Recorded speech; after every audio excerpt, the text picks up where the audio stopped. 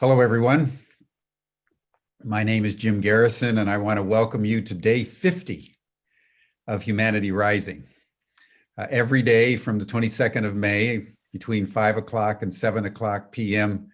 Central European Time, we've been essentially providing an open space that we at Ubiquity University felt was what we could offer to our community as a way for people from all over the world to come together and to share their experiences of the pandemic, the strategies that they're implementing to bring about a better world, the new mindsets they're trying to get people to embrace so that we can move forward with more consciousness, solutions that people are implementing on the ground in local areas. It's been an extraordinary experience for us.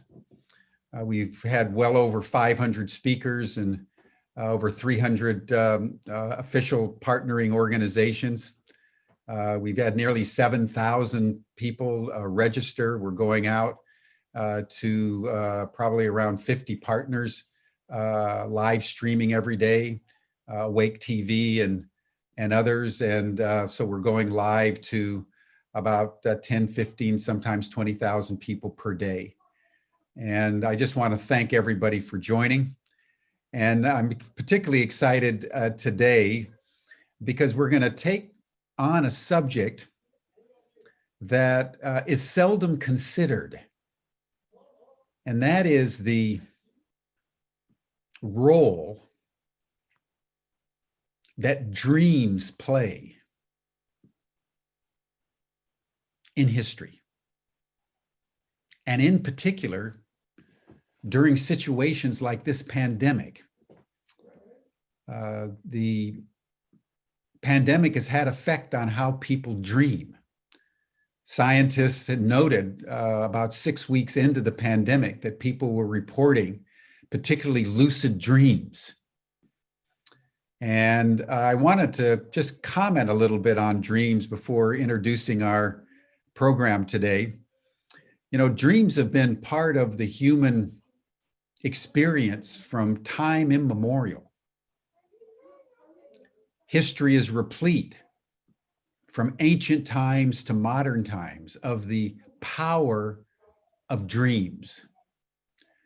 If you know your Old Testament, in the Jewish tradition, you remember the story of Joseph and how through his dreams he understood that Egypt was going to go through 7 years of famine after 7 years of abundance. And he had various other dreams, and he ended up advising the Pharaoh and saving Egypt. One thinks of King Nebuchadnezzar in Babylonia, who had very prescient dreams about the future. Ancient China, the annals record the dreams that the emperors would have, and the court advisors and astrologers and seers were summoned with each dream to advise the king. All through history, dreams have healed, dreams have guided, dreams have seen into the future. Dreams have even helped great scientists come up with equations and scientific breakthroughs, artistic breakthroughs in the nocturnal hours. Collective dreaming is also quite extraordinary. One of the most famous incidences in the 20th century came through the work of Carl Jung, the great Swiss psychologist, that he noted in the late 1930s that his German patients, as distinct from his Swiss patients or his Italian patients or his French patients, were reporting to him dreams of extraordinary confusion and destruction and violence, mayhem. And he began to ponder this and began to realize that They were expressing through their dreams the social and political and cultural and spiritual upheaval that was taking place in Germany during the time of the Third Reich. And he remembered back to the time before the First World War, when he had his own dreams of a coming catastrophe, and wondered how many other people in Europe before the First World War had similar dreams. Many people, even when we had 9/11 in the United States, reported dreams of airplanes crashing into tall buildings.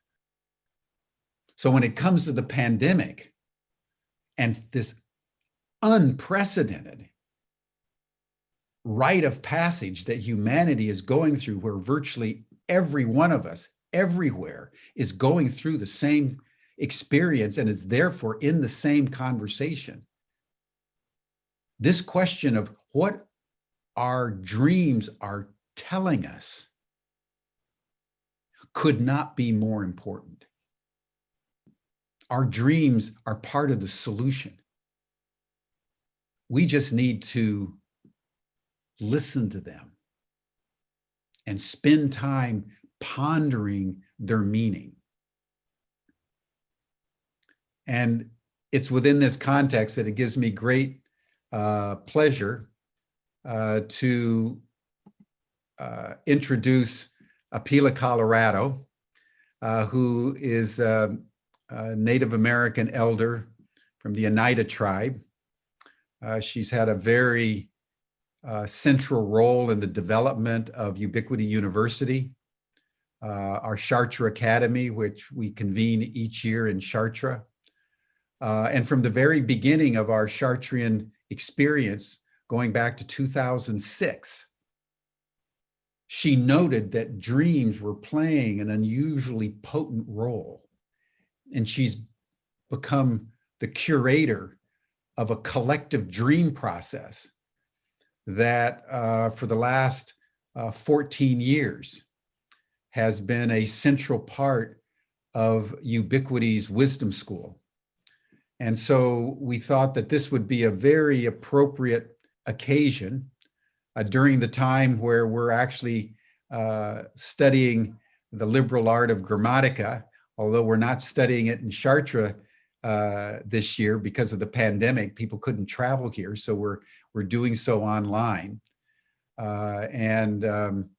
This week we've been curating the dreams in Chartres. So I want to welcome all of you from our Chartrian community that have joined this call. I want to also welcome all of you who are just here because of Humanity Rising. As I've said on a couple of the other sessions, this is an opportunity for people to share their dreams in a collective way. And then what Apela and her group does is they collect them and look for thematic connectivity. But I'll let Apela explain all that. But it's a real privilege, Apela, to welcome you and your dream team to this 50th session of Humanity Rising. Thank you, Jim. In indigenous culture, 50 is the number that moves things. So we begin our sessions always with acknowledging our ancestors and the spirit of life.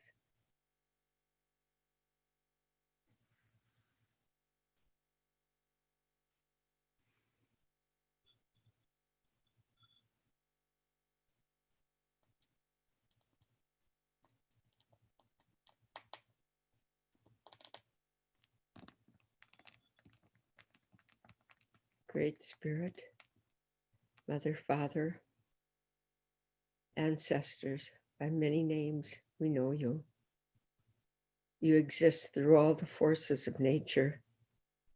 We see your faces in the new blade of grass and the opening bud of a flower, We see your faces too, in the shadows, in the things that are unknown. We look for you, therefore, in dark and light. And as we come to you, find ourselves of you and in you, and through you, move to address this global pandemic, this great time of crisis in our species. What does it take for humanity to rise? The love, the will, the anger, the thirst for justice. We need a common set of symbols to unify us. We need a common practice, a way for us to not only hear our dreams, receive the message, but to take action in a collective way. And through this ceremony you have given to us from the hill of Chartres, this is made possible. This is compelled. This is life renewing. And we are it. Ah, Mama, ua no.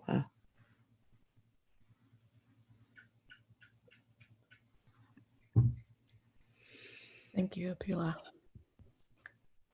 Good morning, everybody. My name is Beth Duncan, and I would like to take this opportunity to have some of the, sorry. Excuse me, Beth, could you turn on your video? Absolutely, sorry. Good morning. So we'd like to quickly just introduce the Dream Team to everybody. I'm going to start by introducing Timothy Bramley. He's a cultural practitioner from New Zealand. He's a Maori Celt. He's not able to join us today, but you'll hear his voice in some of the video that we'll be showing you shortly. And I'd like, Ashley, can you introduce yourself and we'll go through the team quickly. Thank you.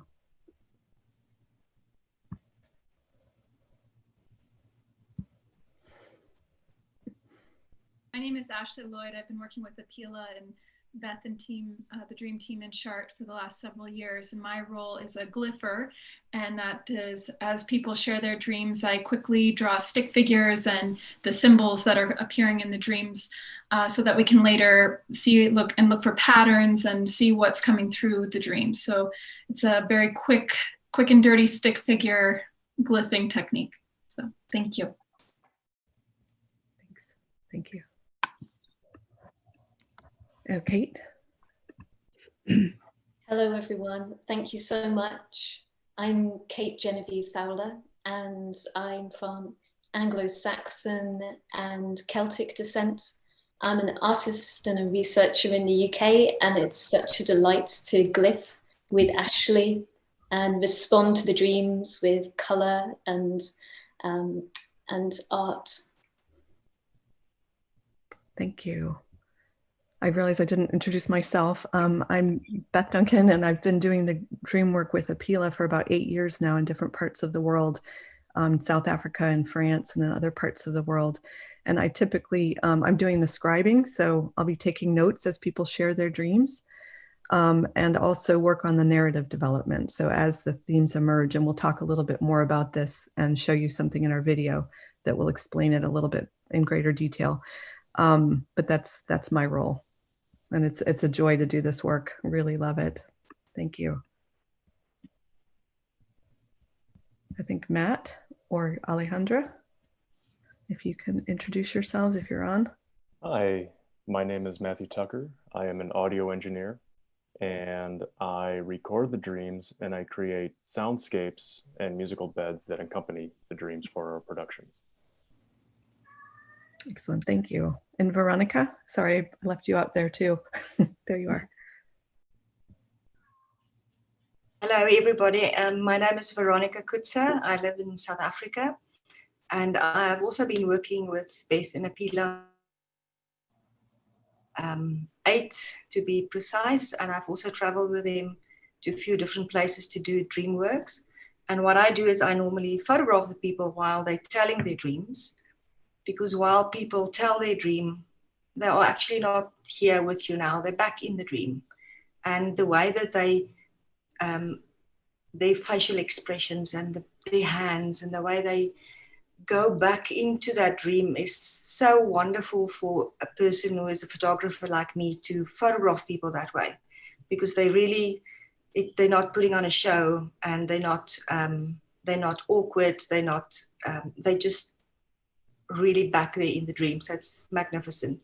And then I also photograph the glyphs that Ashley, and I also photograph different other pictures, and with the rest of the dream team, as they get the storyboard, I start making images and designs through photography to tell the story of that dream work.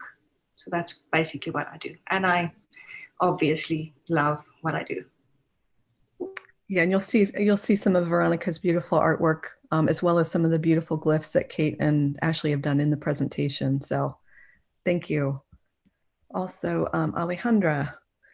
Hi, I'm Alejandra. I'm from Mexico, and I've been working with Apela and Beth for 4 years already. And I help with the putting the final presentation together and the storytelling and narrative. Thank you very much. Thank you. And Apela, if you could tell us, I don't think you were able to introduce yourself, so if you could introduce yourself and share some of your story, that would be great. Sure. Thanks, Beth. Hi, I'm Dr. Apela Colorado. I am Oneida, or in English, Oneida Indian, American Indian, and I'm also half French, or Gaul indigenous people. And my life's journey through the nonprofit organizations I set up, Worldwide Indigenous Science Network, and then through the university work with Jim, created a master's and a PhD in Indigenous mind, in reclaiming Indigenous mind. Of course, it was important to me because I'm a person of mixed descent. And when I was young, the two were very separated identities, and to be a sane, healthy person and to have meaning in my life and to get out of the pain I was in as a young person, I needed to find a way to bring the two sides together. So the challenge in my young life became my strength. The story I want to share with you today is a story about how this dream work that we're inviting you into right now came about, so you understand the power of what you're participating in, as well as how the ceremony works. The story begins about in 2004. I had spent many years researching, trying to find out about my French indigenous ancestry, because I'm very strong in my Oneida ancestry. I know my ceremonies, my history,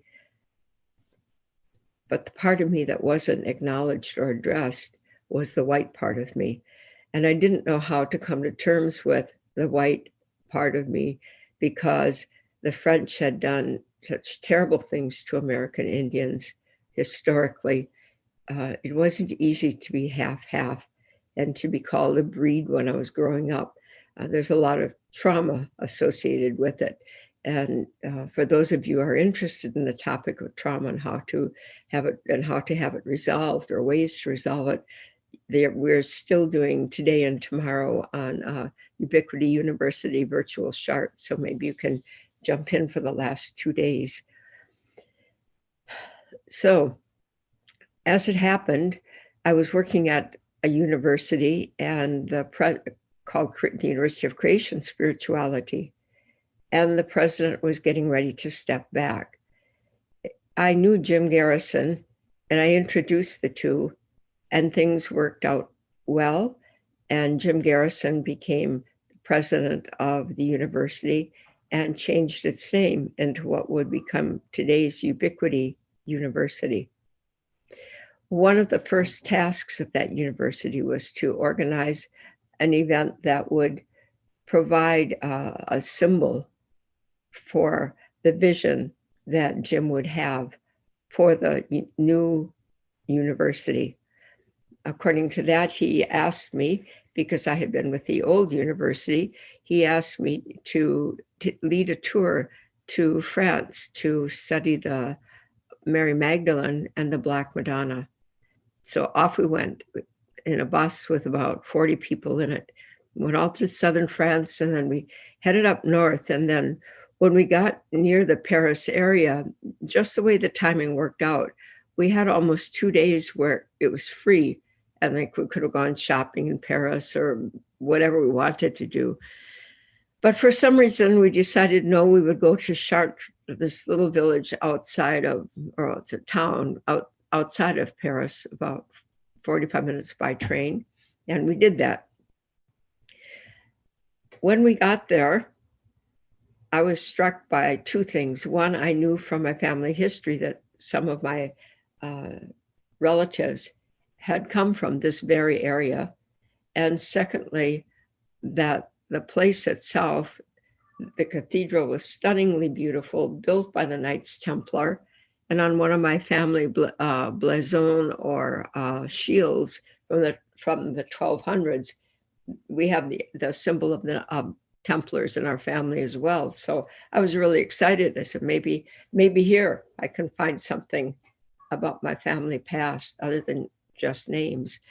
So we did a ceremony. There's a little park at Chartres on the top of a hill, which is an old volcano core at one time. And at the bottom of the hill, there's a park that wraps partway around the hill and with some little streams that actually circumscribe the hill. The beautiful trees that were down there, the one area I thought it would make sense to do a ceremony. So it was a simple ceremony, making an offering to the tree. And for me personally, I wanted to go to the tree because I'm looking for my family tree.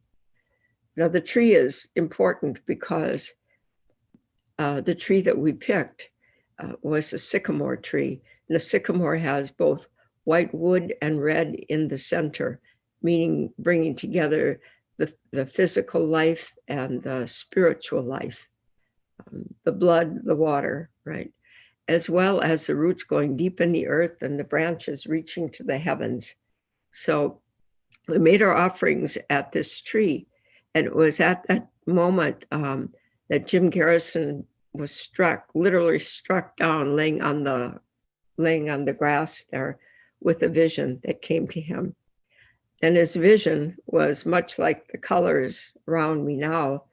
There was a lot of fire, there was a lot of warning, there was a lot of danger.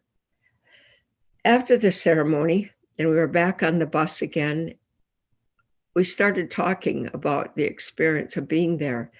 And it happened that one of the students had a book about Chartres and how it had been a mystery school originally that brought together the indigenous people of that area, which were Celtic Gauls. And of course, my ears perked up. The Gauls were there before the church, and at the top of the hill was a stand of oaks, and that was the temple of the Gauls. And beneath the hill was and is a spring, and the hill itself is created by two forms of rocks that meet, a basalt, a black one, and then a white one, like a limestone type of rock, and they come together. So there you have your polarities and you have your spring. And as well, I would find out later that hill is aligned with the North Star. So the Druids travel up the tree of life to the North Star to carry a message or to get wisdom and to come back down through. And also the energy and the power coming from the North Star, the great bear winds of the north, impregnates the earth and gives birth to our seasons. That's some of the original holiness we know about that place. But there's something else too. It's a sacred site, and layer after layer after layer of human civilization has come and gone on that site. Before the Gauls, there were Paleolithic and Neolithic people, and then the Gauls, and then the Celts, and then later the Romans came. And what the story I'm about to get into now, it's important to remember that the Romans had come and colonized Gaul tribal people. And I'm sure you're aware of the word Druid. The Caesar wrote that the priests of the Gaul people, the priests, priestesses were called Druids.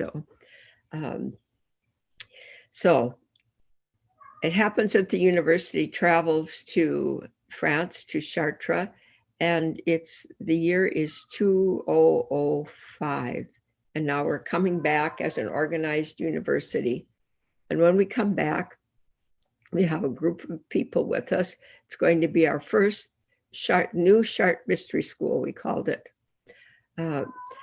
By way of getting ready for that, I did some research, and I knew from graduate students that one ceremonial thing my French tribal ancestors would have done is they would have called to the directions using a horn from the auroch, which is a mythical beast, mythical and real bull who was so massive that a 6-foot man would just come to the shoulders of this bull. They would use that horn to call to the directions and to signal to each other. So I wanted to have a horn. So I reckoned that I could do that too. Only the aurochs are now extinct since the 1800s. So I did the next best thing, and I found a place to order from Texas a longhorn steer horn. So I live in Hawaii. I'm married to a Hawaiian artist, carver. He makes the big canoes, the images, everything.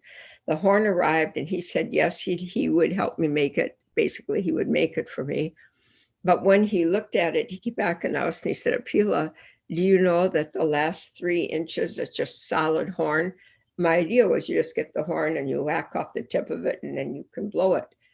It wasn't to be, because by the time the solid tip opens up, the aperture would be like that, too big to blow. So my husband Keela had to cut off the tip and then using a diamond bit drill out a hole in the solid horn so that it would still, the end of it would be small enough to fit on the mouth and blow. So while he was working on that, it's a hot, sultry day here in Hawaii, like it is right now, and not a breath of air stirring.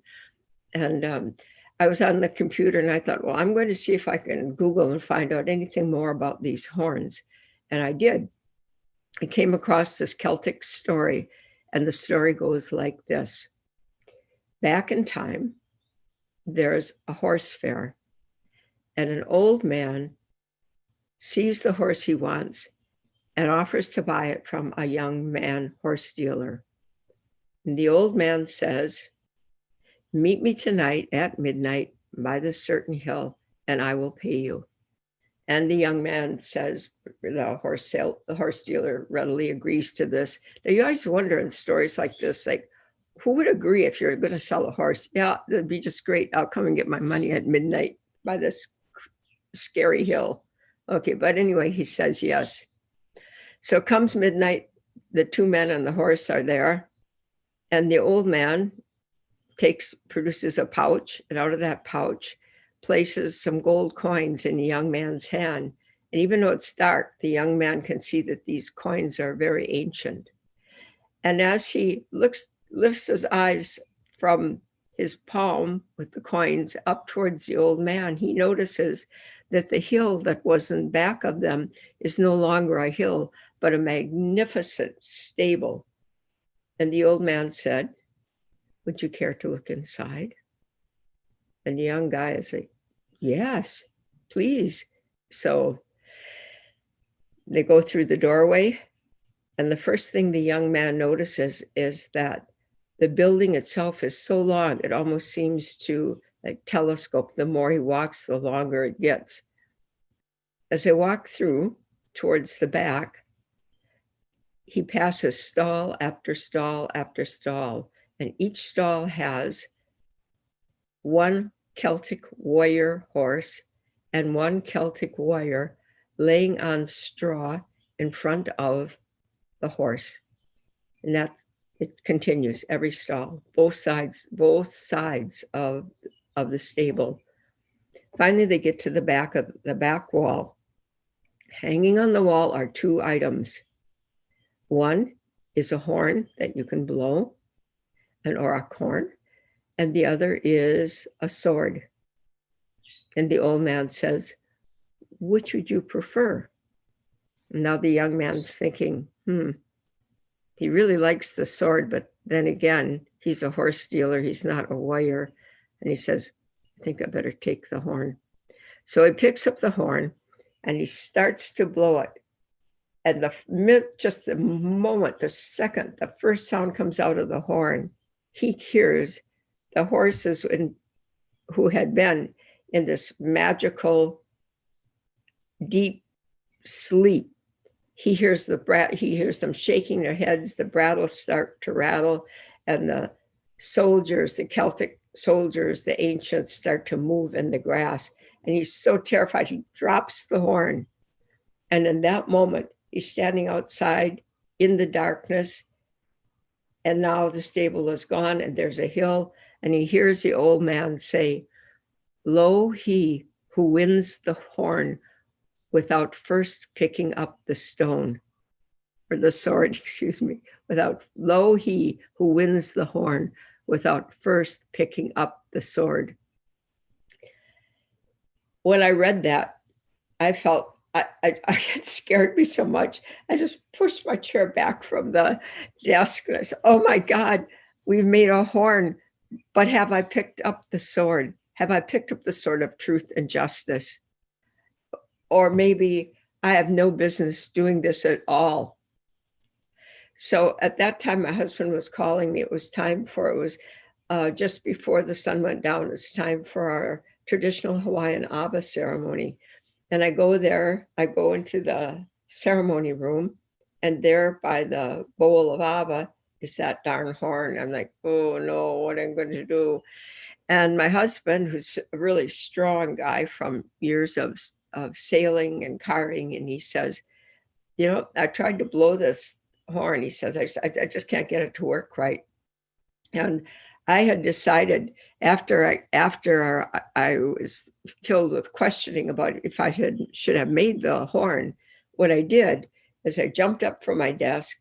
I went over to an altar I have here in my office, and I lit my sage, and I was, just please, if I didn't pick, I'm so sorry if I'm doing something that I'm not supposed to, please forgive me, help me see what to do next, that kind of conversation with the ancestors. And most of you may know this if you have European descent. Back in pre-Roman times, one of the major gods in Europe, especially Northern Europe, is called Odin or Woden or Oten, depending what part of Europe you're from. And even after the Romans, when there were churches, there would always be a doorway in the church facing north for that spirit of the north wind to come through, bringing wisdom, bringing healing. So I go to my altar, and there's a small window next to where my altar was, and I was standing at it because it's about that high. And I lit my smudge, and I'm just trying to did I do this right? Didn't I do this right? Perhaps I shouldn't have done it. Perhaps I, really doubting myself and feeling afraid that I've done something that I should not have done towards ancestors that I really, really want to connect with again. And as I light it, and it's like I'm sticky and hot from the weather, and then the only thing I knew is about Odin. I didn't know any of the French spirits. I didn't even know Gaul or Carnut Gaul from Chartres. All I knew is Odin. I said, oh, Odin, just like, I don't know if you hear me, but I'm really sorry if I've done something wrong, and please forgive me. And at that instant, a north wind, just a gust blasted through the window and just picked up my sparks and smoke and just swirled it around like a tornado. So, oh my God, I never should have done it. Or maybe that means I should have done it. I don't know. So just at that time, Keola said, come on, Apela, I'm waiting for you. So I tidied things up and I put out the little fires and okay. So I sit down on the floor for the Ava ceremony, and there's that horn sitting in front of me. And when I looked at it, all of a sudden I had this nudging inside saying, pick it up. And I did. And Keola, big guy, said it didn't work. I picked it up. You know, whoa.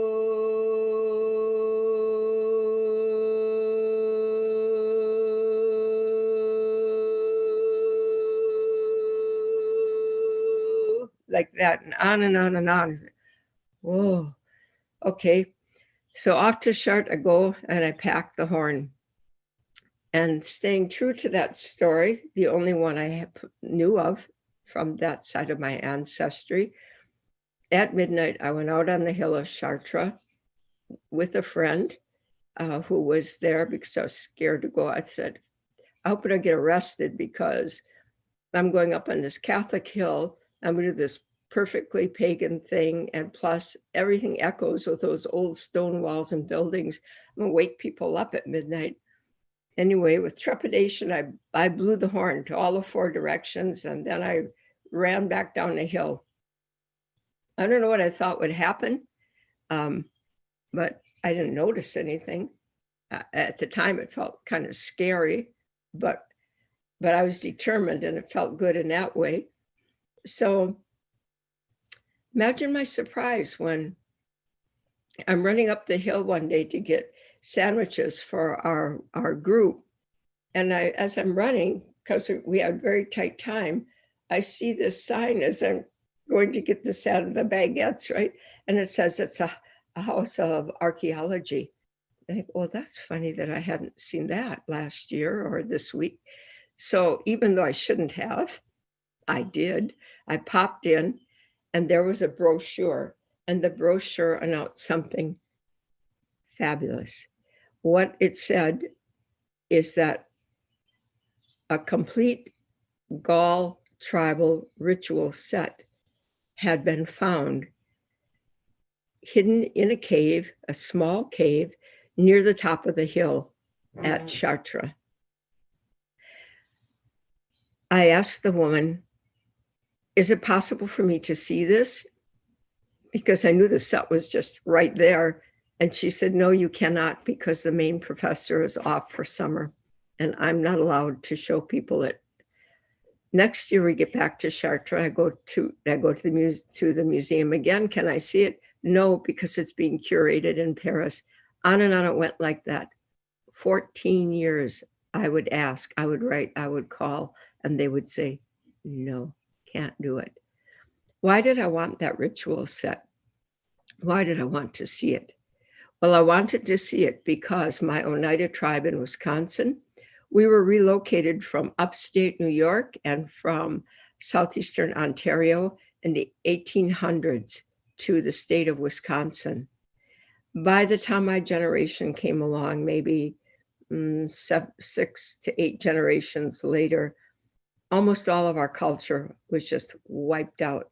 There were very few speakers of the language, maybe 12 or 13, and it wasn't even the complete. It was a lot like a slang Oneida language. And all we had were churches and taverns. We had nothing of our culture, none of our ceremonies. My generation, this is the age of civil rights and the American Indian movement. And I was a part of the American Indian movement. I worked in the national headquarters, and we were determined that we wanted to get our culture back. And we set out on our way to do it. We ran through a lot of problems, people rejecting us, a lot of frauds, people pretending they were medicine people but didn't have a power. And some of our own people who are more culturally intact from Eastern Canada, they didn't have much more than we, but they wouldn't share, not for a long time, or didn't want to share. I don't know if that, anyway, it was a really, really painful experience where we're seeing our own cultural shadow. The Sioux people next door to us, They helped a lot, were quite generous. And eventually what happened is it was my dear friend Dorothy Ninham and her children, one old Sioux man, me and my children. And we started doing ceremonies in the basement of the American Indian Council on Alcohol in the city of Milwaukee, beer drinking capital of the world, and also in the attic upstairs. And here's what happened. Just one old man, little kids, and two women. And when the ceremonies when we'd be having our pipe ceremonies, spirit lights would come in and twinkle all over. And animal spirits would come in and you could see the floorboards heaving and you could smell them. Sometimes when the spirit lights come in and they want to talk to you, it's like a little voice in your ear. And if you put a piece of sage there, you can catch what they say in your own language. Sometimes big spirits would come in. And if we're up in the attic, doors would slam, windows would go up and down, even the ceiling would heave. So what we thought, because we're just relearning this for the first time in about 3 generations. I don't know if you know, but it was against the law to practice American Indian ceremonies until 1978. So what we were doing was illegal. We could have been arrested for practicing a religious freedom in the United States in the 1970s, but we did anyway. From that experience, the power of it, we knew this is what we were looking for. And we also found out something else. We found out that the power that people have lost, red, white, black, yellow, the power that we have lost to be in wholeness with the earth, you can get it back. And how we found that out is after a while, after a few years, at first people used to tease us and, about doing these ceremonies to say we were crazy, and we'd have our sweat lodges torn apart and beer cans thrown in them. And then after a while, people started coming around, and more people, and they were visiting from all over, other American Indians from more intact tribes. And that's when we realized that a woman and children and an old man, that's something extraordinary had happened for us. So back to Chartres. After making the horn and going to Chartres, as I was going there, the idea was on my mind that half of me, the white half of me, whenever I went into ceremonies, I always had to leave at the door. And when I went into a room for ceremonies with other American Indians, I almost always was the only mixed blood person. And I surely felt it. It wasn't as, sometimes I felt people didn't want me in there because of my lightness, but more times I just felt I made people, full-blooded American Indian people, really uncomfortable.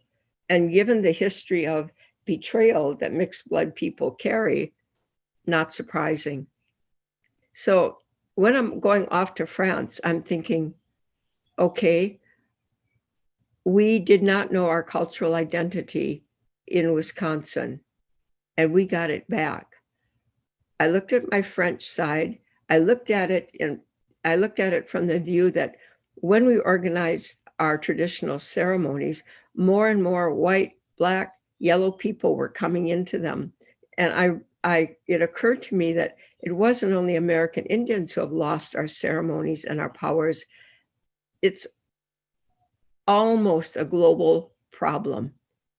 So going to France, an elder told me once, when the white man remembers again who he is, we can sit as equals and work out our differences. Then the problems can be solved of this earth. That gave me hope, because he was implying the white man can remember. We now, speaking as a French person, we can remember who we are again. So as we set off to Chartres, I was fiercely determined that I will remember who I am. And that's why I went out and blew the horn. and found out the story that this gall ritual set had been discovered. And when they discovered the set was intact. And guess what? They found the set just weeks before our university group arrived in Chartres. So when I went out and blew that horn, I was calling to my French ancestors, please forgive me for being so out of touch with you, not remembering you. I really, really want your help to get my ceremonies back, to get my power back, to be in intimacy with you, with nature, with life again. That's how my prayer was. That's how my longing was. And the way I'm saying it doesn't even begin to capture just this deep, deep longing for wholeness from that part of my lineage, right? So what came next is people started stopping me in the hall saying, I have a dream I want to share with you. And from that humble beginning, we formed circles, and then Jim and I in conversation dedicated time in the morning for doing dream work. And then in Musica, year 4 of Chartres Mysteries, we celebrate the 7 liberal arts. Year 4 was Musica, and Musica brings there's 7 liberal arts. Music is the 4th one, and it brings the two threes together. Each carry a different balance to them. So right on cue, someone came that did glyphing or cartoon illustrating for women's organizations. And another person came driving a VW with what looked like a huge, like maybe in America, we'd say like 5-foot wooden empty box with strings on the top of it. It was an instrument called a monochord. Her name was Barbara Daniels, and Barbara Daniels had this inspiration to take this to Chartres, to our gathering, without knowing anybody there or what she should do with it. She drove all the way from Germany down to Chartres and was walking down the hall one day near St. Charles' room. And I asked her who she was and what she was doing. And then she told me this was her vision and what to do with it. And I said, well, come in, we could use some music to start our circle with. So our Chartrean Dream Circle is a circle in the morning, and there is no crosstalk. We burn the sage or cedar, just as I did when we started this session. There's centering music, monochord, and then everyone shares a dream. We go around, and there is no crosstalk. There is no analyzing. There is no interruption, except if we need a point of clarification about a dream. After that, and what makes it collective, is the dreams are sketched on big flip chart sheets of paper, because so many are reported. In one short session, we can have 100 dreams. And our job is find out what the message of that sacred site is trying to communicate to us through our dreams. Why? As I said, people have been coming to that site for millennia because it is a sacred site. Layer after layer after layer of human civilization has come to Chartres, knowing that that's a place on earth where the voice of the earth, the stars, that coming together, that those mystical practices can be heard more readily.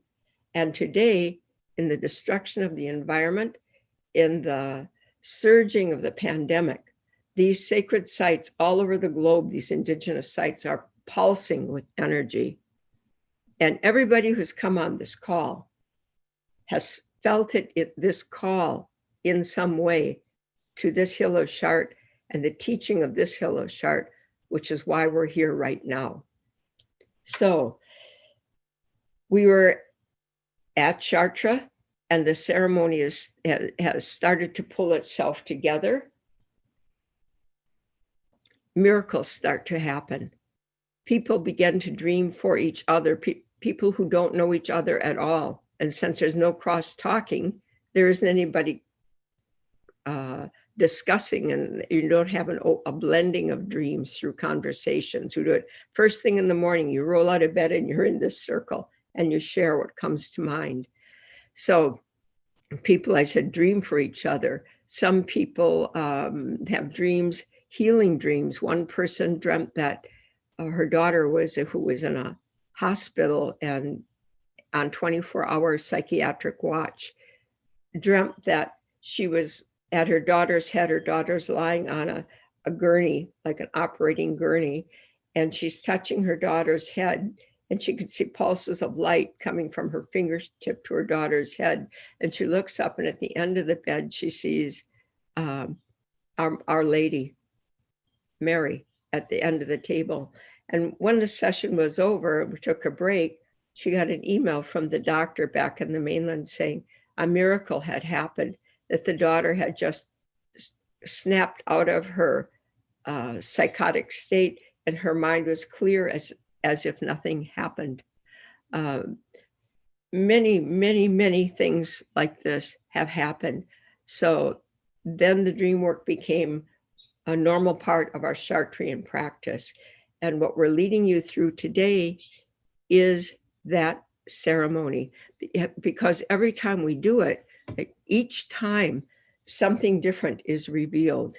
And when all the dreams are put together, the team that you just met, we meet and we look over all the images, all the notes, and we meditate, we contemplate, and we're looking and we're praying to see what's the story, what's the message coming out.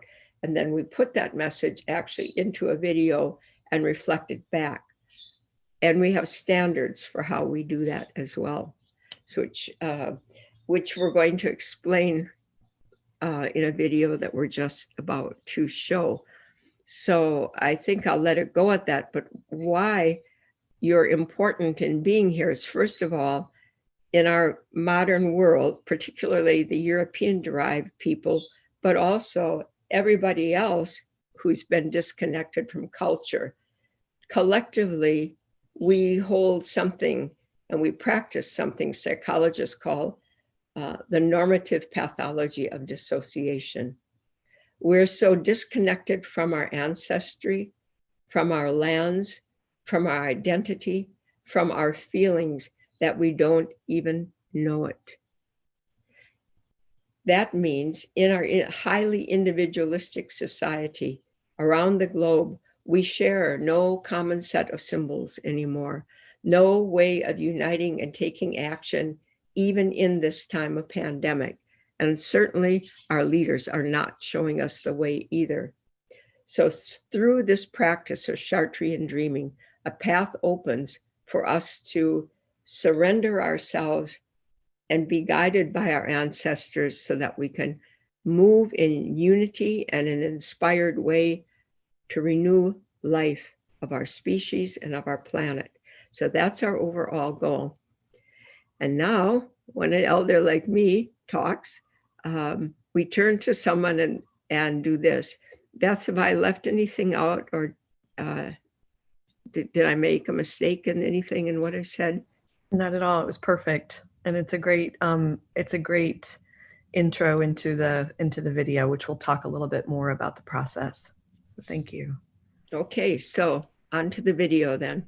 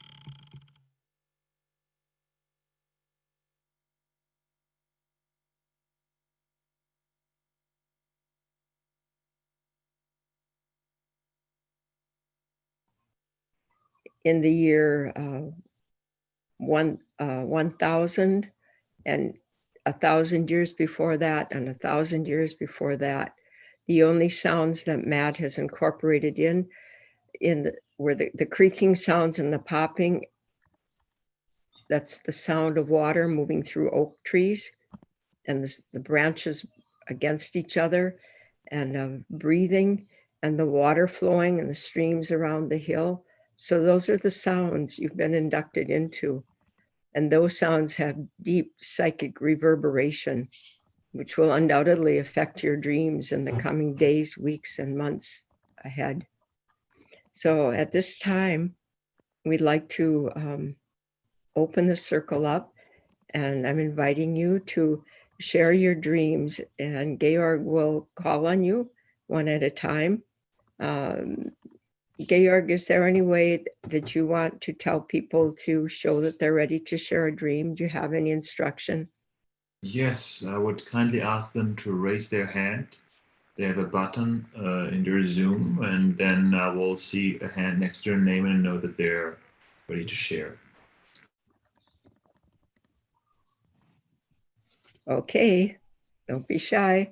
Even if it's a snippet of a dream, it can be the key that unlocks everything else.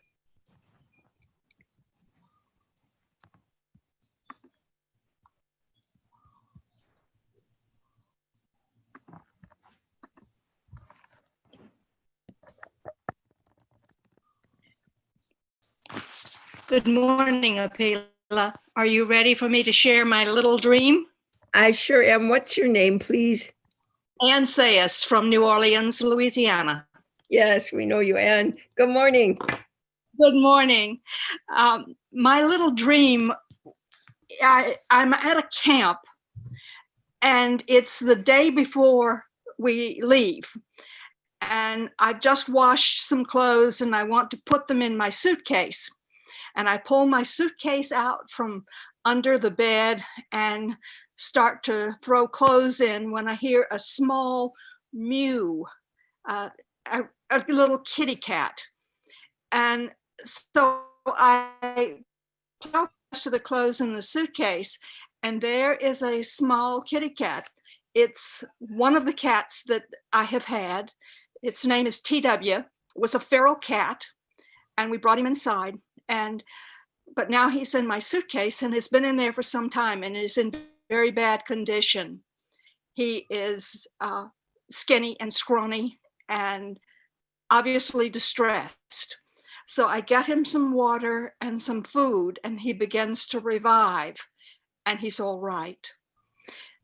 TW is now dead. He died 2 or 3 years ago and was a nurse cat. He took care of all of the other cats. That's my, thank you. Oh, thank you, Ann. It's so nice to see you again. Yes, I love seeing you again and hearing your story. It's the first time I've heard the story.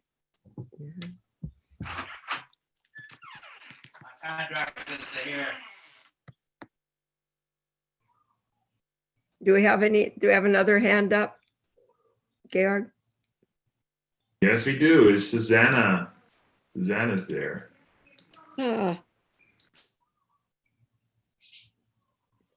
Hello, Susanna. Susanna, could you start your video, please?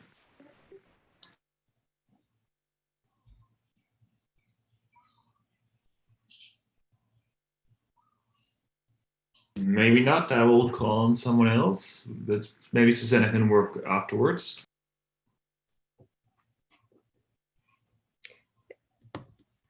Yeah, the other day she was having problems. We couldn't see her the other day on the Chartres call either. Let's see. Does it have to be a current dream? Someone's asking. It doesn't have to be a current dream, but a relevant dream. If it comes to mind and you feel it, share it.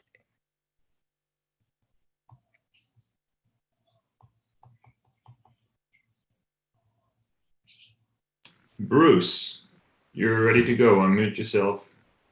Thank you. All right. This is so beautiful. I'm actually thrilled to be here.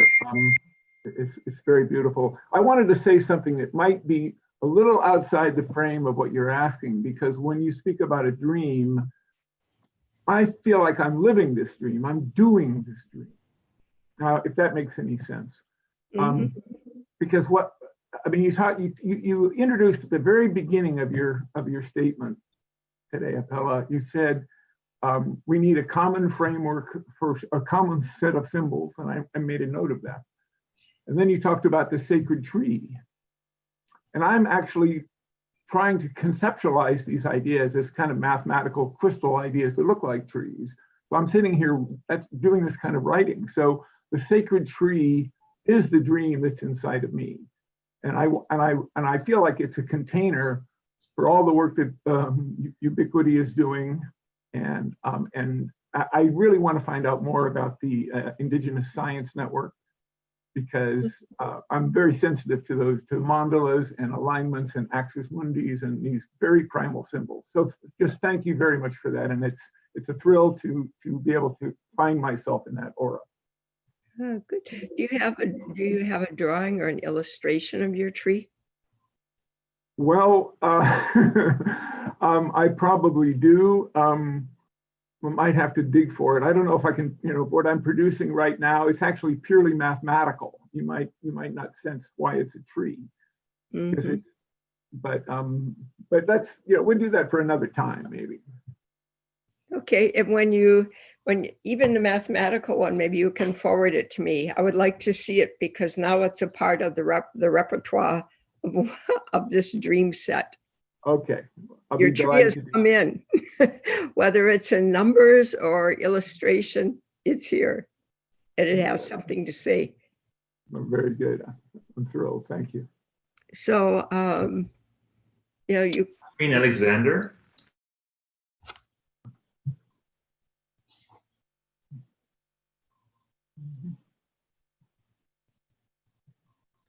Who are you calling on? Hi, I'm Catherine Alexander. And this morning I was caught in a dream of a brooch. It had a golden center, and it had lines coming out. And I spent so much time trying to really understand the direction of the lines. Was there a bend at the end of the spikes out of this golden center? I tried to make the golden center a flower and was told that's not right. But there was some sort of design in that center. And there was a black background behind the brooch. That's what I felt it was. It was a brooch, a pin to put on.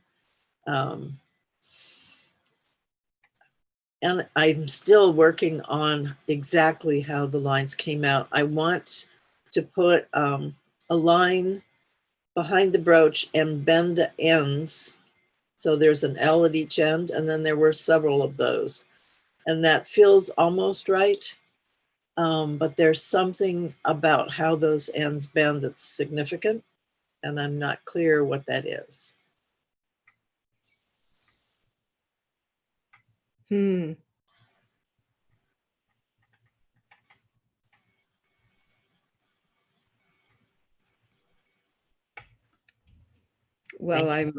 thank you. Thank you, Catherine.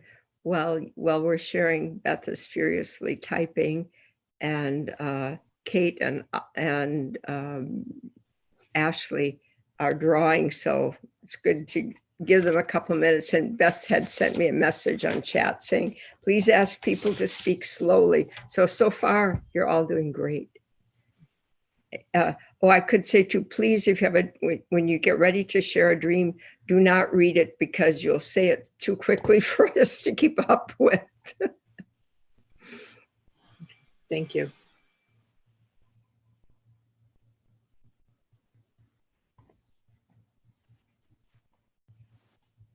Hi, Kit. Hi, Apela. Good morning. I'm Kit Cooley, and I'm in North Idaho in the US. Good morning, everyone. And I had a dream last night. It was very long and involved.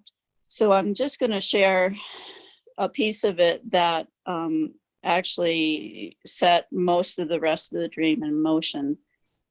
And in my dream, I'm with people who are my family, and that we're part of a farm, a community, and I'm watching as another group of people ride in on horses past my frame of view.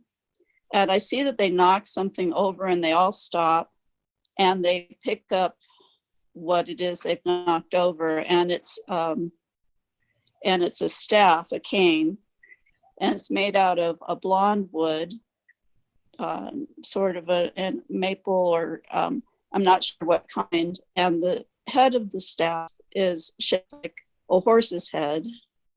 And it's either a blood or it's been painted a glossy black, and it's really a beautiful staff.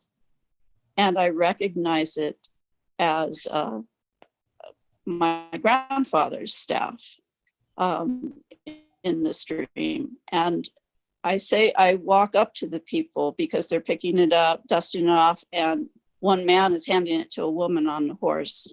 And I say, wait, that's my grandfather's staff. And the people contest that. Oh, we found it, it's ours. So I have to go in and I get my grandfather and I get my elder sisters. And we're all, I should say we're all Native American people, which is a small part of my ancestry, but this is between two tribes. And we go out with my grandfather and my sisters and I. And my elder sisters take the staff back and they are praying with, there are furs that one sister is using, and she's blowing on the fur and she's saying prayers, and she's got this fur robe of gray and brown fur covering the staff and saying prayers over it. And all this time, my grandfather is taking a long time to get outside. And he says, yes, this is my staff. And the other group of people, tribe, is contesting that still. And that sets into motion a whole, not really a fight until later there gets to be some physical things in the stream, but contention over who gets to hold this staff and whose staff is it. And during that whole thing, okay, I'll slow down.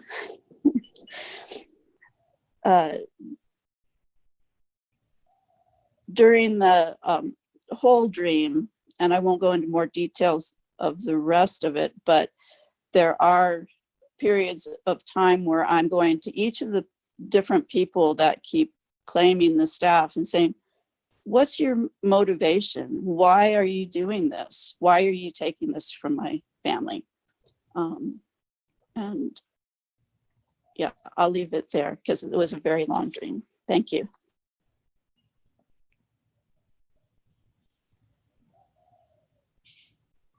Thank you, Kit. Let's give the. Good to see you.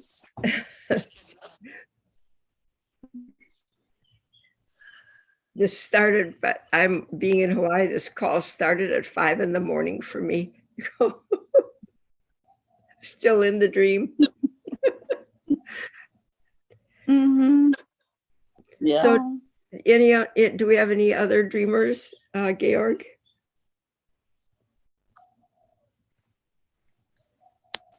Good morning. You're on mute.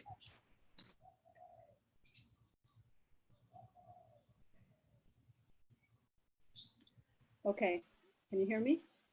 Yes, now. Okay, thank you. Blessings to everybody. I can hardly hear you. Maybe you can speak up a little bit. It's very low. Thank you. Okay, I'm bringing the laptop closer. Can you hear me? Yes. Okay, so I have two dreams and they're both rather short, but I'll start out with one and then we'll see. So first of all, your name is? My name is Veronica and I'm in the south of Spain, but I've lived in the United States and Canada, and I come from mixed heritage, I guess, but I'm in the south of Spain now. And this first dream is a couple months old, but I find that my dreams sometimes are very meaningful, and the ones that are meaningful I write down. And I would enjoy sharing this one. So I dreamt that I was in a city with tall high-rise buildings, and the sky was dark and moody with robust gray clouds of different tonalities. All of a sudden, small tornadoes started to descend from the sky. They dropped down one after the other. They were dancing down streets and swooshing past people. I wasn't so much fearful as alert. I had to be agile to jump out of their way. I knew I didn't want to be hit by them. So that was one of them. And this was sort of the beginning of the COVID, so it would have something to do with that. And then there's another one. I don't know if you want me to share it or we move on to another person. Go ahead. Okay. This is also a couple months back. I dreamt that Black children on scooters were riding up to their mothers. And then this one child that looked more like a dwarf, and that there was something very grotesque. Oh, the glyph, you're needing to slow down a little bit. Okay. My connection isn't very good, I'm sorry. So I dreamt that Black children were on scooters and they were riding up to their mothers. And there was one child who was very grotesque looking, and he looked like a dwarf. And he rode up to me, and I asked him, "Where is your mom?" And he said, "I don't have one." And then his head started to disintegrate, and the top of his scalp and his brain were half gone. And I was looking at a cross section of his head, which went through his jawline. Slow down, slow down. Please. Where's your mom? And he says, "I don't have one." He says, "I don't have one." And his head started to disintegrate from the top down so that I could see the cross sections of his head, which went down to his jawline. And I could see his head down to his jawline. And then I started to sense his whole body, which was this vibrating mass of flesh. And I could sense his nervous system as this suffering, quivering field of energy. And it was horrific. And I asked, "Who will take care of you?" And he said, "You will." And my disgust became infused with compassion and love.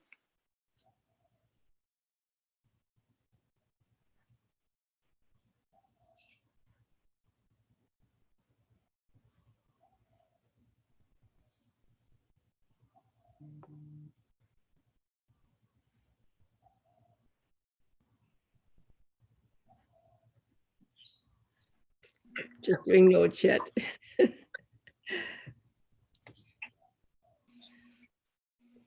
Yeah, everybody's like, the team recording is like, ask her to slow down, ask him to slow down.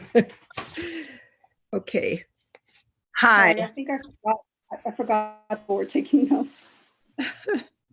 Taking notes and illustrating. If you could see the illustrator, smoke would be coming off their pencils probably. Sorry. Thank you. That's a powerful dream.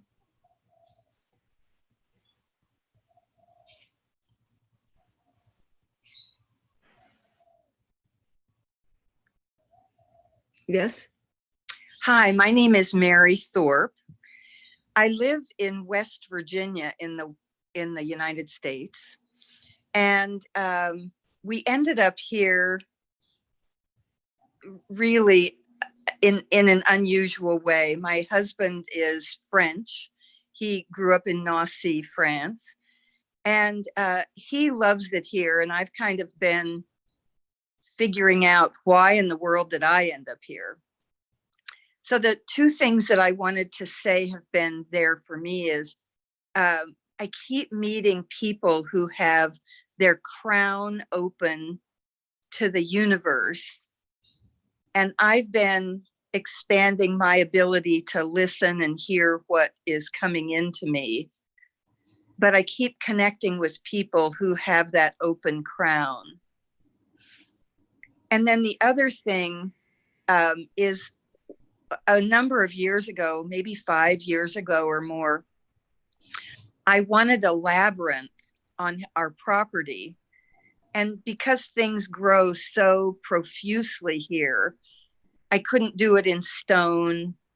I couldn't figure out how to do it. And finally, we made a grass labyrinth that we keep up. And I know that there's some reason why we're on this property.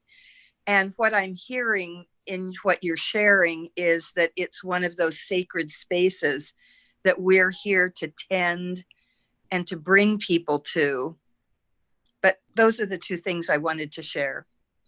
Okay, and do you have a dream that you'd like to share? Well, the dream is mostly about just crowns, people with open crowns listening to the universe and you know, connecting with all those other people who have open crowns. And how does this come to you as what kind of a dream? Does it come to you in the nighttime and in vision and thoughts during the day? How is it for you? It comes a lot when I'm talking to people. And I think what I would say about dreams, I don't really remember dreams, but I get information about people that I know and probably some people that I don't even yet know all the time. And I know that it comes from that open lit crown. Thank you, Mary, and good luck with your labyrinth. Thank you.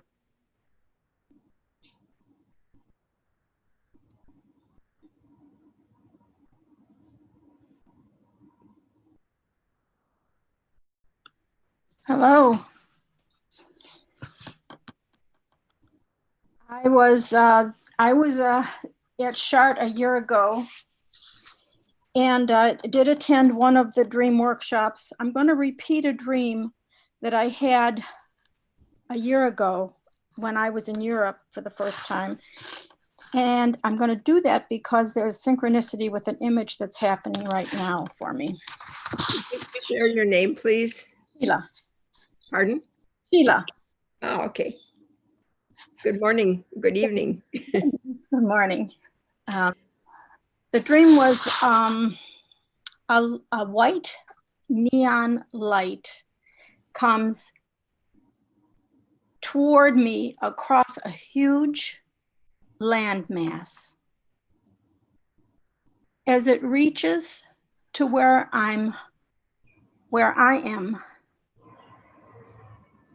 my focus sharpens and it takes the shape of a mega electrocardiogram pattern that turns into a ribbon candy-like configuration as it lowers itself onto a reddish circle on the ground.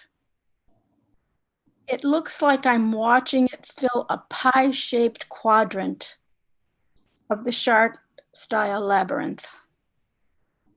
Watching this, I begin to understand that two distant and forgotten ideas and places are actually connected. And this connection is where the origin of the labyrinth has come from. Along with this white light trajectory that forms the folds of the recurring turns of the labyrinth path, looms a huge Alice in Wonderland-like figure with a head full of long reddish-brown ringlets. Sheila, I'm sorry to interrupt. Can I have you go back because this is important. So I got up to this connection is the origin of where the labyrinth has come from, along with the white light. It's along with a white light trajectory that forms the folds of the recurring turns of the labyrinth path, looms a huge Alice in Wonder-like figure with a head full of long reddish brown ringlets. Something about Spain. Wait a minute, slower. Okay, okay. Are you reading it? Just this is the last sentence. See, the reading is problematic because for some reason it won't work. It goes too fast when we read. Yeah. There's something important about Spain in this dream. Now, let me know when you can look at this image. I'm going to hold it up in a book.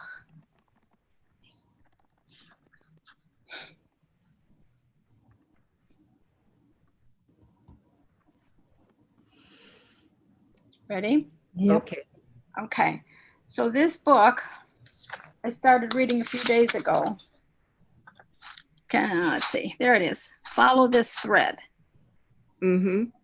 Okay.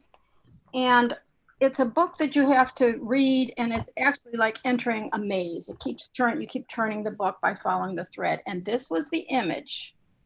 Oh, let's see. Can you see this? Can you see this? Oh, yeah. Yeah. That's what I saw in my dream a year ago. Oh. Okay. So there's synchronicity there. And I have been developing this vertical labyrinth that I brought last year. Yes. Now it's I have it mounted in the floor of the Chartres labyrinth. Mm-hmm. So I think this is all part of giving voice to what I'm calling the prenatal poet. Has to do with putting the embryo in Mary's and the Black Madonna's womb, which we did at the gathering last year with Linda.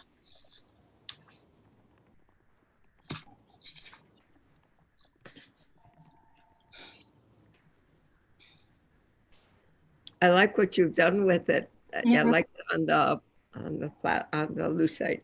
Yeah, it needed to go there. I have a whole art piece with all the layers of even the Carolingian layer. So I love that you were talking about layer after layer after layer. Mm-hmm. I'm glad you're still working on it too. Yeah, it's working on me, Apela. Thank you. Yeah, we may need an updated photo of it. I'll be glad to. I just don't know who to send it to. I offered to send it to. I offered to send a whole sample to Jim, but I never heard back. So I just assumed he wasn't interested. Busy guy. But we could get. Should probably go to Veronica. Veronica, could you send her a message with your address? You can do a private message. I will do that. Okay, great. Thank you. Georg, anyone else want to share a dream?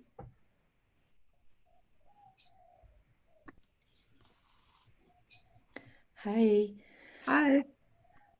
Kat Haber from Vail, Colorado. Two dreams reoccurred in my childhood. The first, let me say, I'm here in the place of where the Ute used to thrive. I'll speak louder. The first recurring dream was a series of tornadoes that would hit our town, and I remember gathering up my siblings, and we would huddle in a corner. And I felt like if we had loving thoughts, if we were holding each other dear and belonging to each other, that we could keep the tornado at bay and keep us from being attacked by the storm. And that would morph into us being surrounded by large, tall buildings that were falling on the street as we were running into the fields. The second dream that recurred. Wait, just wait a minute. Could you repeat that about the tall buildings? The tall buildings would fall as we were escaping into the fields Oh, I see. From the streets.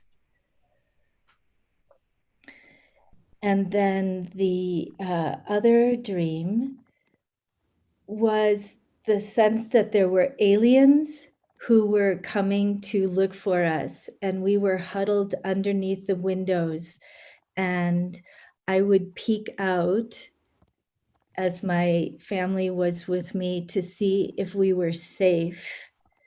And at first I felt like they were coming to get us. And then in a moment, always in a moment, I would be reassured that they weren't coming to get us.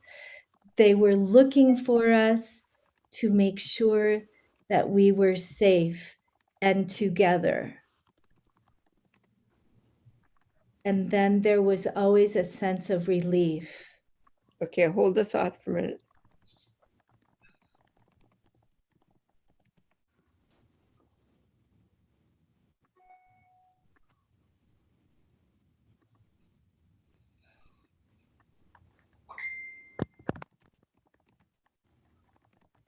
Okay.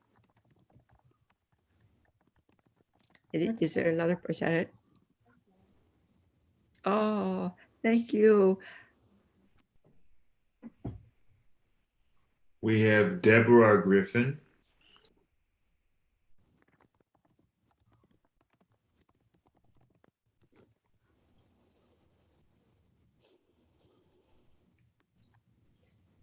Hi, Deborah.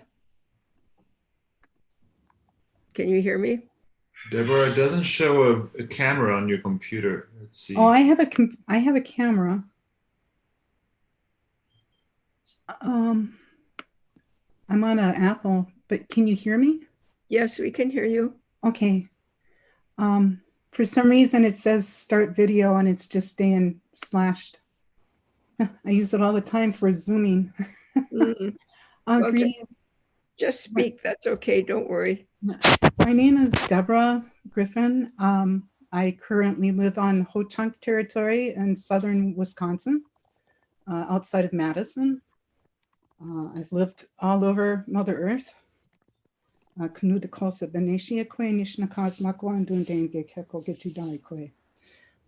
is a mix of all nations, all races.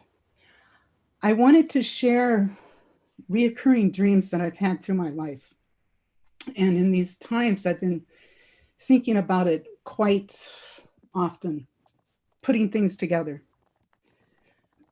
First off, from the time I was very small, I would dream about two palm trees. And I was running like an infinity, like an 8, between the two palm trees.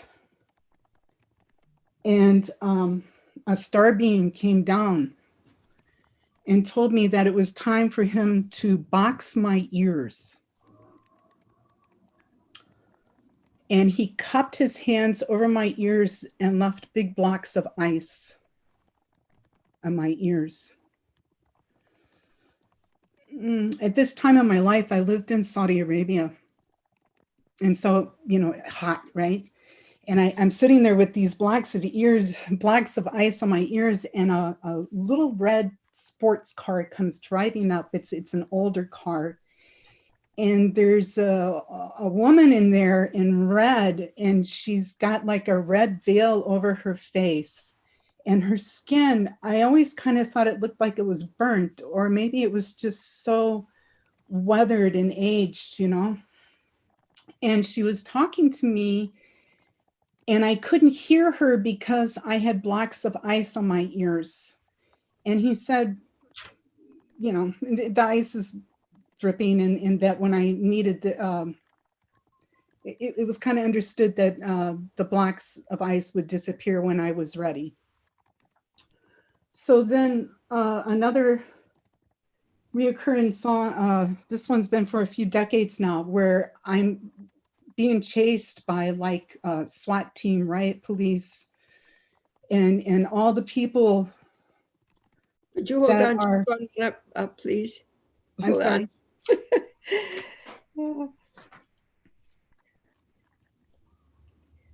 Okay, so I just got to about the blocks of ice would disappear when you're ready. Yeah. Then you started the next, what was the next part, please? Okay, so then another reoccurring dream now from another period in my life, the past 30 years. I'm being chased by military type police, SWAT team or something. And they're all dressed up in their armor.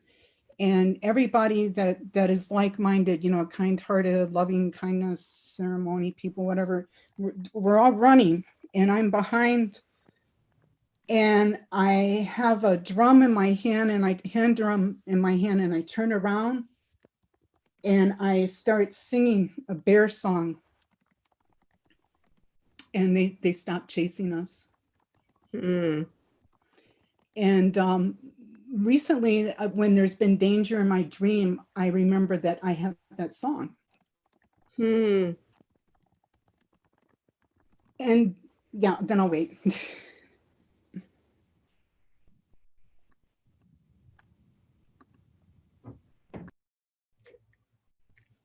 Can you remember the song in your waking time? Oh yeah, I sing it every day. Ah, good. It's my children and my granddaughter's favorite songs. It's really strange. I mean, well, the sacred animal of the far, far north of Europe is the white bear, the polar bear. And there's a Sami legend that when the great white bear returns to the north, that there will be a renewal, a regeneration of indigenous life in Western and Northern, all over Western and Northern Europe. And since we've been at Chartres, almost every single year of the 14 years, now this is 15, the polar bear comes into dreams. And everywhere I've gone, at Dreamworks in Alaska, the polar bear comes in. You kind of expect it there because polar bears live there, but you don't expect it to come padding through South African dreams too.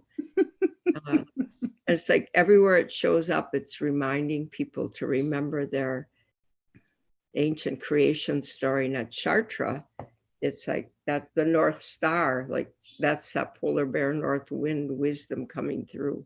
So thank you for bringing the bear in. These spirits show themselves, these ancient spirits come through the dreams to us. I was crying when you were telling me that part of the story of this North Star today. But the other part here is the recurring tornadoes out on the plains, and each tornado is red, yellow, black, white. Mm. And then the final reoccurring dream is, again, it's always like being chased or in danger and having to flee. And this one, I'm with my children and I'm a musician. I'm looking, I come, for some reason, I end up in safety with other musicians and I'm looking for my flute. I can't find it. Mm. I find a flute that's there and then we start being chased again. And that flute turns into a spear. And I take the spear as we're being attacked and I pound it down into the ground and it turns into lightning, like a lightning bolt. Mm-hmm. I call it a lightning staff or a lightning stick. Mm-hmm. And that's been my most recent reoccurring one. So I want to say Chimigwich for doing this. I am of Celtic, Nordic, my Anishinaabe, and I'm married into Lakota families. So Miigwech and Oneida Yamako, big thanks. Yeah, I forget right now. Sometime because I forget how to say. I forget how to say thanks in. Oh well. Oh, how about Washte? Washte and Wopila Pilame. Miigwech. Yeah. Well, okay. Georg, is anyone else waiting to share a dream? I have a short dream, and it feels, I wondered whether I should bring it, but now I'm really glad I was in the queue, because who are you? I'm Kate Genevieve. I'm from the UK, and I'm in Chartres today. So I dreamt of Oxford in England, which is where I used to live. And I'm walking back through the outskirts of Oxford, past all these little suburban English houses. And it's all very ordinary. I'm walking through the streets. And then suddenly the street opens up as a clearing. And in the middle of the space, there is this huge tower, which looks like an ancient Greek tower. And I walk towards it, and I see that it's covered in patterns all the way to the top of polar bears. And you can see that it was turquoise blue, but the turquoise has been lost to time, kind of like the Crete dolphin decorations. And I stand there totally struck that this polar bear tower has opened up in the middle of Oxford. And I think to myself in my dream, my God, it's exactly as Apela told me it would be, the polar bear tower. So I'm glad to share that one after you had that conversation. I didn't know you were gonna be talking of polar bears. So thank you for giving giving a demonstration of a point I was trying to make, and thank you, Polar Bear, for coming back in. The designs on the tower were originally filled with turquoise. You could see that it used to be really bright blue, but it aged. Mm-hmm.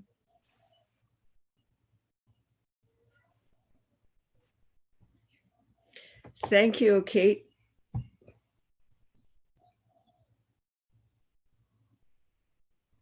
Matthew Yeah. Thank you. God, here's my people. I love it. I love it. Sharing the dreams. Those last few were so beautiful, and I love the language. So simple one. The last two nights, it was Steven Tyler from Aerosmith and Neil Young sitting at a round table, and they were composing a song that had to do with toe in the wind, or wind on the toe,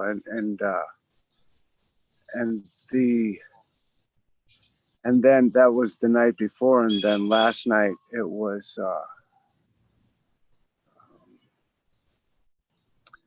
chicken and emeralds. Chicken and emeralds. So that's where we are. That's it. Thank you. I'm grateful to be here with you all. Hey, where are you at? It looks so sunny and nice. Yeah, I'm in St. Louis. St. Louis. Mm-hmm.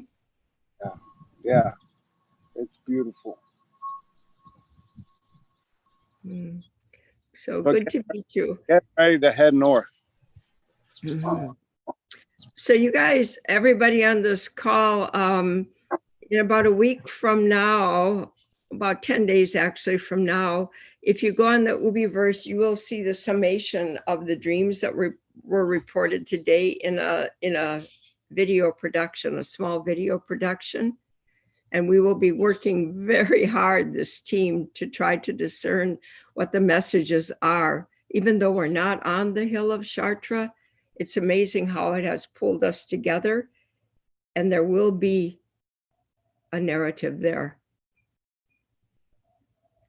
So I want to also acknowledge that a number of you are putting your dreams up in the chats because for various technical reasons you can't get through or something. And we will also include those in the dreams that we look at. So Hello, Apela. My name is Anne-Marie Terry, and I'm in Kent in the UK. And I'm actually part of the Grammatica course at the moment. And I had this dream 3 nights ago.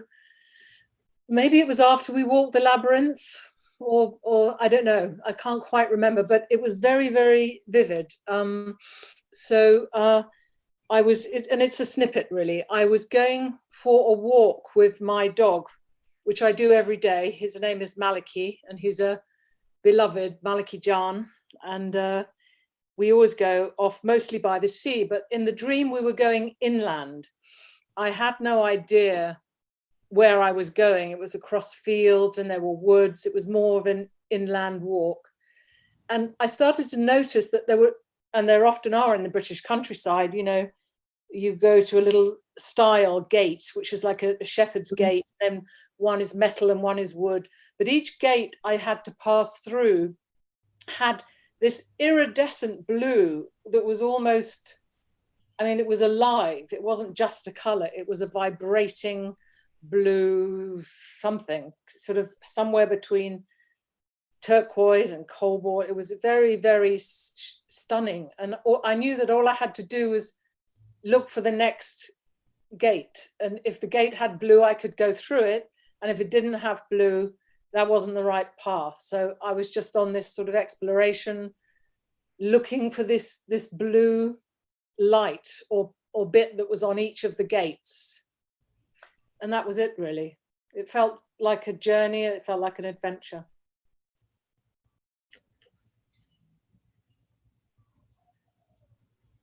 Oh, thank you.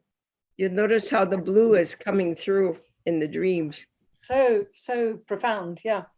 Thank and you. at Chartres is famous for its blue stained glass windows, which chemists and glassmakers cannot replicate today. And the original glass makers were in guilds and they did not transmit their secrets. Really? Mm-hmm. The one window of the mother and child in Chartres was made in the year 1200, and it has survived the French Revolution, the Reformation, and 2 world wars, because clergy has taken this enormous window down and hidden it each time, and somehow it's still there. To stand beneath it, it just feel utter awe and happiness. Yeah. So thank you, Anne-Marie. We just have time for a few more calls, maybe 1 or 2 more. So Georg, who's up next, please? Monique.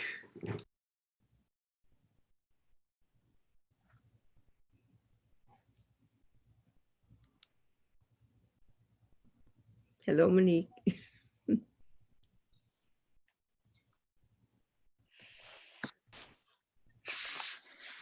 Hi, Apela. How are you doing? I'm good. Monique, hello. That I'm Monique. trying to get some light. It's very dark here, and our electricity is going to go off any second now. We've got load shedding, which is a unique thing. But in any case, it's a South African thing we're living with. I want to tell you guys about a dream I had early January. It was a very, very vivid dream. And basically, it started with me being in a studio. I'm a photographer, and someone calling to say I must run to the gates of the town because the police needs to come in and the gates are closed. The town is closed, and for some reason I had the key. So when I went out the studio, I was in this strange old-looking town, very almost a medieval, old-looking town. And I went to the gates with the key. At the gates, I found the police had already entered through the gates, and they were locking it up again and coming inside, and they were running, and you could see that there was some huge problem. And I asked one of the policemen what's going on, and they said, no, there's something really, really bad happening. There is people dying and they don't know what's going on, and they're trying to find out what's happening. So everybody was running and hiding everywhere and scared. It was dark and lots of panic. And as I was hiding, I saw this strange looking little man resembling something like a, let's say, a Rumpelstiltskin type of figure. And he had a strange looking instrument tool in his hand. I will show you a drawing of the tool later on, but basically what happened is that this tool this man was running with, he was using to stab. It had a sharp edge, almost like a corkscrew edge to the bottom of the tool, and he was running and stabbing people with this tool. And later I found someone again and I asked them, what is this tool that this little man is running with, killing people? And they said that this is a sacred tool that is used in a cultural ritual in this town to hit a piece of raw meat onto a wooden structure. And this tool is not allowed to be used for anything else. And this tool was used to hit a bell to ring an alarm. And this little strange looking man was running around killing people with this tool, basically. And everywhere, everybody was running and hiding, and people were killed with some form of a almost explosion light, like a light. And nobody was sure whether it was the police shooting at the people or was someone else shooting at the people, or where did the light come from. It was just random light and people being shot down with the light. And as we were running and hiding, I found my husband somewhere along the line. And at some point, the little man came around again and he grabbed the little man, he grabbed this tool and he killed the little man with this strange looking tool. So after the dream, I drew the tool because I wanted to remember it, because I said immediately to my mom, the tool I feel is very relevant. And I've got no idea what it is because it looked like a hammer at the top and then an infinity sign sort of below that, and then a corkscrew type thing at the bottom. So I drew up the tool. I'm going to try and hold it up here. Don't know if anybody can see the tool. And yeah, so that was the dream. Later on, when this was, as I said, in the beginning of January, later on, at some point, I recognized the tool to look very much like the symbol of health. But yeah, that's my story, my dream. Oh, thank you, Monique. And I'm glad that power held out for you to share your dream. I think we've got seconds left. Okay, have a good night. It's just morning here, sun coming up. Good morning. Who's our next streamer?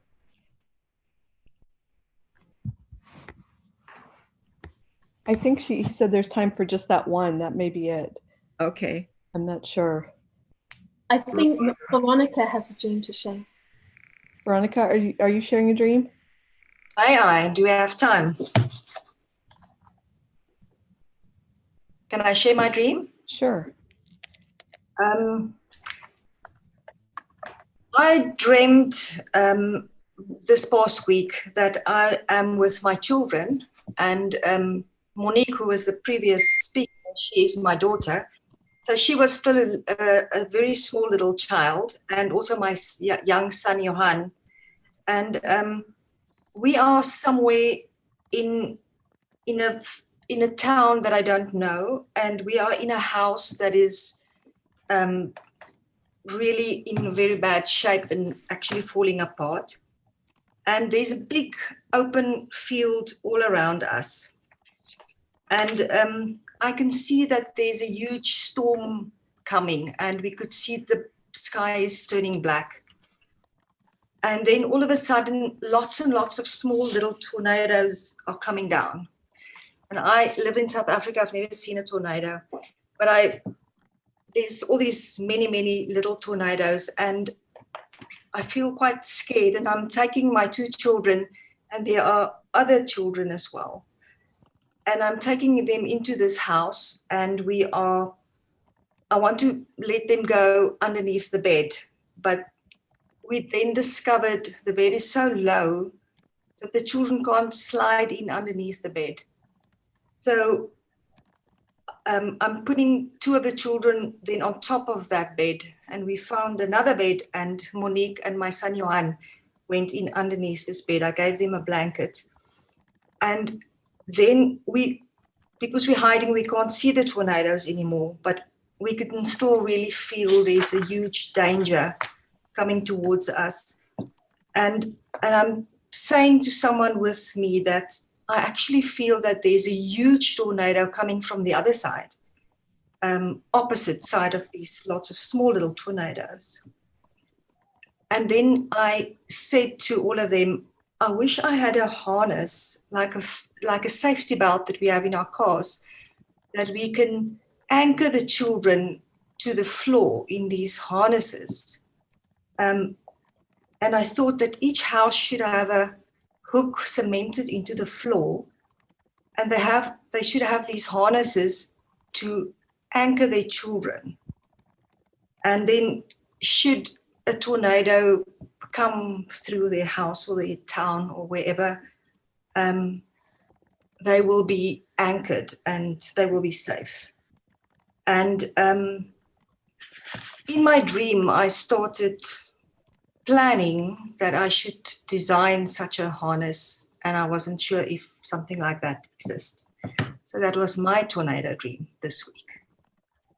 Thank you. Oh, thank you, Veronica. Beth, was there something you wanted to say? I think that Anne Marie Terry is waiting. Should we do one more? We've got like a ton left. I don't know. It's up to you. I think we have to draw a point somewhere. Unfortunately, it's amazing to hear all these dreams, but I think unfortunately, Apela, we're out of time. So maybe you could just wrap it up, and then we could bring the call to a close. Okay, just give me 1 second here. I'm thinking, just 1 second. Almost ready here. So every time we do these dream sessions, it awakens many forces in us and in nature. And for each of you participating today, if you did not get a chance to speak, your dream is really important. So please share it on the Ubiverse. You can write it out, or you can record it there, and we will listen to them and we will include them. What the dream team will do with all the dreams that have been reported now is we will meditate, contemplate with them, and we will put together images that you've presented into the narrative that we hear coming out from the combination of the stories. I want to stress, we do not analyze individual dreams. Individual names are not attached to what we report, because we are looking for the collective, a return to our collective identity. And through that process, it's one of the gifts of Chartres to heal the trauma of being in and living in a dissociative world where our relations to each other are non-existent. We say today, it doesn't matter that I don't know who I am, where I'm from, who my ancestors are. And now in COVID, we're even more individualistic and isolated. Coming out of the origins of humankind, our diaspora around the globe throughout the millennia, we have now out-migrated to the point of fragmentation. And at this time, my indigenous ancestors say, between the worlds, the earth is making adjustments, and we either adjust with her or perish. And through doing this dream work, we can reclaim the powers of our own ancestors who were indigenous and who could think as a part of the whole, as one. And that's what we're having an experience of today through this dream work. And we will do our best to report that back to you, but it will take us about 2 weeks, and we'll put it up on the Ubiverse. And if we have a list from Georg of emails of any of you who've called in, we'll also send it to you directly. So Jim, have I left anything out? No, that's splendid, Apela. Thank you. Yeah, you just go on to the Ubiverse, to Humanity Rising. And when you go to your homepage, if you've registered, you'll see on the left a list of groups. There'll be Humanity Rising on top. And then right under that is the Chartres community. Click on that, and then you'll see a subgroup called Dreams. So there's a dream group there, and just you can upload posts and videos or anything that you want. As Apela said, we really take seriously the potency of dreams at this time. So the more of you that can contribute and participate, the larger our pool, and therefore the deeper the insight, because all of you are dreaming dreams of great importance. And just in closing, consider it's not you dreaming. It's the earth dreaming through you and messaging to us all some deep truths that we need to ponder at this very critical time. And I've been so inspired listening to all your dreams today, and I will go on the Ubiverse, as I know Apela and the dream team will, to monitor all the other dreams that will be coming in. So thank you, everyone. Tomorrow we'll be carrying on our discussion, this time with two educators, May East of the Gaia Education, and Aftab Omer, the founder of Meridian University in California, who will be talking about the future of innovative education. Same time, same station, 5 o'clock to 7 o'clock p.m. Central European Time. Humanity Rising will enter into its 51st day. But on the 50th day, we were blessed with this session of our dreams. So important. Thank you, Apela. Thank you, everyone. We'll see you again tomorrow. Bye-bye. Amen.